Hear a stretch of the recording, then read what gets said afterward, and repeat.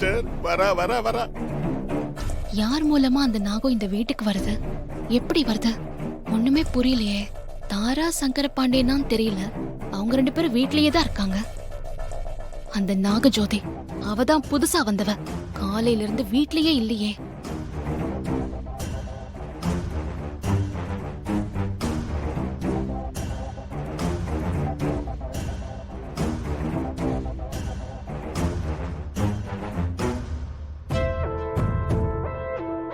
துர்கா, ஏன் டல்லா இருக்க? காஃபி போட்டு எடுத்து வரட்டுமா? இல்ல இல்ல, அதெல்லாம் ஒண்ணு வேண்டாம். ஆமா, இந்த நாகஜோதி எங்க? அவ காய்கறி வாங்க மார்க்கெட் போயிருக்கா. ஏன், என்னாச்சு துர்கா?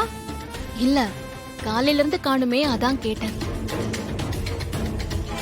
இங்க மார்க்கெட்ல காய்கறி விலை அதிகமா இருக்கும்னு கோயம்பேடு மார்க்கெட் போனா கொஞ்சம் சீப்பா கிடைக்கும்னு சொல்லிக்கிட்டே இருந்தா.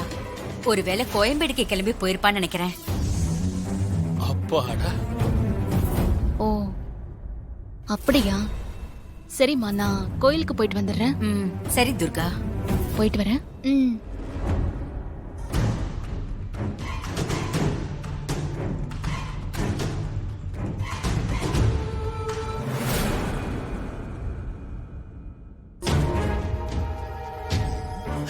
சிஸ்டர், அந்த இன்ஸ்பெக்டருக்கு நம்ம நாக்ஸ் மேல டவுட் வந்துருச்சுன்னு நினைக்கிறேன். இனிமே அவ்வளவுதான்.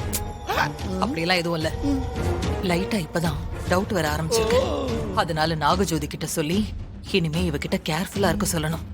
ஆமா சிஸ்டர், போலீஸ்காரங்கள்லாம் டவுட் வந்துட்டா சும்மா இருக்க மாட்டாங்க. இத துருவ ஆரம்பிச்சுட்டான்னு வைங்க, நீங்க தான் மாட்டிக்குவீங்க. சே,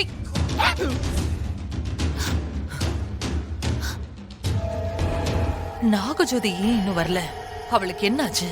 ச்சே, ஒண்ணுமே புரியலையே.